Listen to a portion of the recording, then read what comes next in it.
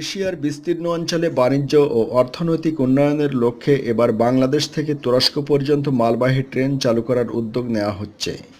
প্রস্তাবিত রেলপথের যাত্রা শুরু হবে বাংলাদেশের রাজধানী ঢাকা থেকে। এরপর ভারত, নেপাল, ভুটান, পাকিস্তান, আফগানিস্তান, ইরান হয়ে তুরস্ক পর্যন্ত যাবে এই ট্রেন। ভুটান ও আফগানিস্তানে রেলপথ না থাকায় সড়ক পথে এই দুই দেশ থেকে মালপত্র নিয়ে গিয়ে ট্রেনে তুলে দেওয়ার পরিকল্পনা করা হয়েছে। ভুটানের সঙ্গে সড়কপথে যোগাযোগ করা হবে কলকাতার মাধ্যমে এবং আফগানিস্তানের সঙ্গে যোগাযোগের কেন্দ্র হবে পাকিস্তানের কোয়েটা। ভারতীয় রেল সূত্রের বরাত দিয়ে খবরে বলা হয়েছে, আগামী 15 ও 16 মার্চ তারিখে দক্ষিণ এশিয়ার রেলের প্রধানদের বৈঠক হবে। এই বৈঠকে 6000 কিলোমিটার এই রেলপথ নিয়ে আলোচনা হবে। বর্তমানে এই সব দেশগুলোর মধ্যে আমদানি রপ্তানিতে খরচের পরিমাণ অনেক বেশি। রেলপথ চালু হলে খরচ অনেকটাই কমে যাবে বলে আশা করছে এই সব দেশের ব্যবসায়ী মহল।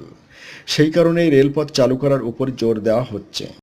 রেলপথের এই পরিকল্পনা নিয়ে ভারতীয় রেল মন্ত্রণালয়ের এক উচ্চপদস্থ কর্মকর্তা জানান, আর্থিক ও সামাজিক সমীক্ষার পর ঢাকা, কলকাতা, দিল্লি, অমৃতসর, লাহোর, ইসলামাবাদ, জাহেদান, তেহরান ও ইস্তাম্বুল শহরকে চিহ্নিত করা হয়েছে।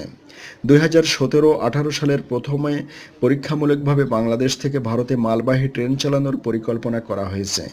দুদেশের রেল মন্ত্রণালয়ের মধ্যে এই বিষয়ে চুক্তি হয়েছে। ঢাকা ও দিল্লির রেলপথে যোগাযোগ সফল হবে, বাকি দেশগুলোকে একই সঙ্গে এগিয়ে নিয়ে যাওয়া হবে।